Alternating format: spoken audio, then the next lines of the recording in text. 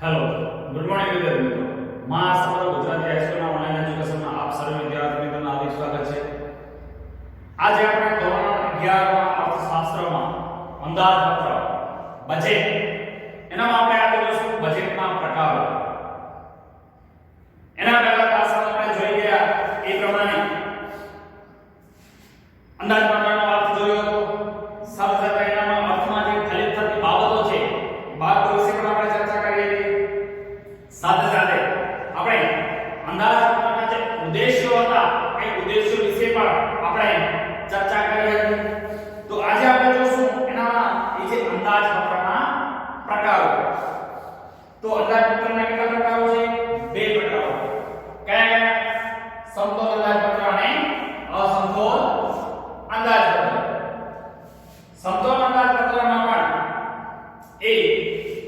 એના ફાયદા અને ગેરફાયદા વિશે આપણે ચર્ચા કરીશું। સાથે સાથે અસમતોલ જે અંદાજપત્ર છે એના પણ કેટલા બે વિભાગો છે। ખાતવાળું અંદાજપત્ર અને પુરાંતવાળું અંદાજપત્ર। તો આજે આપણે માત્ર જે સમતોલ અંદાજપત્ર છે એના વિશે ચર્ચા કરીશું। સમતોલ અંદાજપત્રમાં પણ એના સમતોલ અંદાજપત્રના ફાયદા અને ગેરફાયદા વિશે આપણે ચર્ચા કરીશું। તો જોઈએ સમતોલ અંદાજપત્ર હિસાબી નિયમો મુજબ તો તમામ અંદાજપત્રો કેવા સમતોલ હોય છે, કારણ કે એની બંને બાજુએ સરખું નાનું નાણાકીય મૂલ્ય બતાવવા છે। પરંતુ વાસ્તવમાં રાજ્યના અંદાજપત્રો સમતોલ અથવા તો અસમતોલ હોય છે। હવે જેને સમતોલ અંદાજપત્ર એના એટલે કે બેલેન્સ્ડ બજેટ। તો આવક અને ખર્ચના જે વાસ્તવિક અંદાજો પ્રમાણે સમતોલ અંદાજપત્ર એટલે એવું અંદાજપત્ર જ્યાં સરકારનો અંદાજિત ખર્ચ તેની અંદાજિત આવક જેટલો જ હોય। આ આદર્શ રીતે સરકારના ખર્ચ અને આવકના અંદાજો સરખા હોય। વિકસતા દેશો માટે આ અંદાજપત્ર બિનવ્યવહારુ છે, જ્યારે અમુક વિકસિત દેશોમાં સંરક્ષણ અને ઉન્નતિ દર વધારવા માટે રાજ્યો વધુ ખર્ચ કરે છે અને તેનું અંદાજપત્ર કેવું છે? વાસ્તવમાં સમતોલ હોતું નથી। કે આ સમતોલ અંદાજપત્ર જે સમતોલ અંદાજપત્ર વાસ્તવિકમાં એનું છે કે જ્યાં સરકારના એનો અંદાજિત ખર્ચ નક્કી કરેલો હોય, એનો અંદાજિત જે આવક છે જેટલો જ એનો ખર્ચ હોય છે। અને આ આદર્શ સ્થિતિમાં જ્યાં સરકારના જે ખર્ચ અને આવકના અંદાજો સરખા હોય, શું આવક અને ખર્ચ છે એ આવક અને ખર્ચ એકસરખા હોય છે। કે રાજ્ય છે એ એનો ખર્ચ છે એ એના આવકના આધારે અંદાજિત આવકના આધારે જે શું કરે છે એનો ખર્ચ નક્કી કરે છે। આથી આવક અને ખર્ચ છે એ આવક અને ખર્ચ કેવો હોય છે? બંને સરખા હોય છે। આમ વિકસતા દેશો માટે આવું અંદાજપત્ર કેવું બને છે? બિનવ્યવહારુ બને છે, કારણ કે દેશ સાથે દેશમાં જે પણ કઈ પરિસ્થિતિ હોય એના આવકથી વધુ એનો ખર્ચ પણ થતો હોય છે, ક્યાંક ખર્ચના આધારે એની આવક પણ ઓછી થતી હોય છે। તો આ વિકસતા દેશોમાં આ સમતોલ અંદાજપત્ર છે એ કેવું બને છે? બિનવ્યવહારુ બને છે। જ્યારે અમુક વિકસિત દેશોમાં સંરક્ષણ અને વૃદ્ધિ દર વધારવા માટે રાજ્ય શું કરે છે? વધુ ખર્ચ કરે છે અને આ અંદાજપત્ર વાસ્તવમાં કેવું બને છે? સમતોલ હોતું નથી। તો હવે એના આપણે ફાયદા જોઈએ।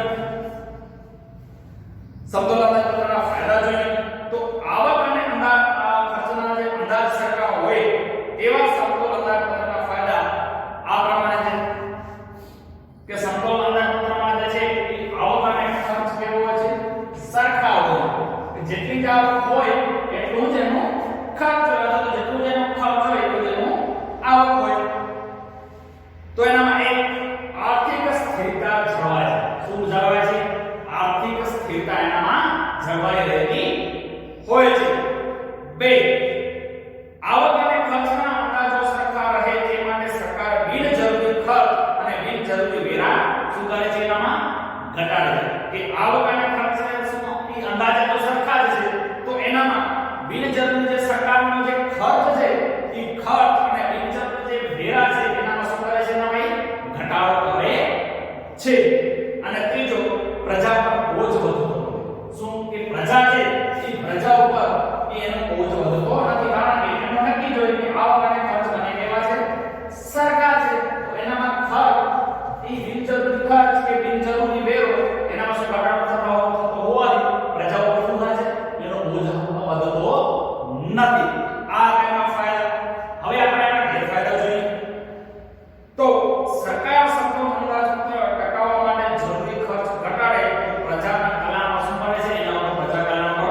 અસર પણ પડે છે.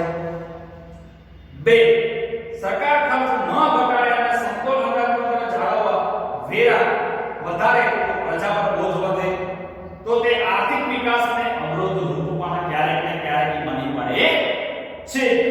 એડમ સ્મિથે સમતોલ અંદાજપત્રની તરફેણ કરી હતી, પરંતુ જેમ કેન્સ અસમતોલ અંદાજપત્રની ભલામણ કરી હતી, કેન્સના મત મુજબ અર્થતંત્રમાં રોજગારી ટકાવી રાખવા રાજ્ય એટલે કે સરકારે વધુ ખર્ચ કરવો શું બને છે? આવશ્યક બને છે. તો એના માટે એડમ સ્મિથે અંદાજપત્ર આ સમતોલ અંદાજપત્રની તરફેણ કરે છે. આપણે કેન્સ નામના જે અર્થશાસ્ત્રી છે એ અર્થશાસ્ત્રી આ અસમતોલ અંદાજપત્ર સાથે પોતાની ભલામણ કરતો એક સૂચન રજૂ કરે છે કે અર્થતંત્રમાં રોજગારી છે એ અર્થતંત્રમાં રોજગારી ટકાવવા માટે રાજ્ય સરકારને શું કરવું પડે છે? ખર્ચ કરવો એ આવશ્યક બને છે, જેથી એ જેનો આવક અને ખર્ચનો જે સમતોલ છે એ જળવાઈ રહે. તો આ અંદાજપત્રનો ગેરફાયદો. તો વિદ્યાર્થી મિત્રો, આજનો ટોપિક આપણો અહીંયા જ પૂર્ણ થાય છે.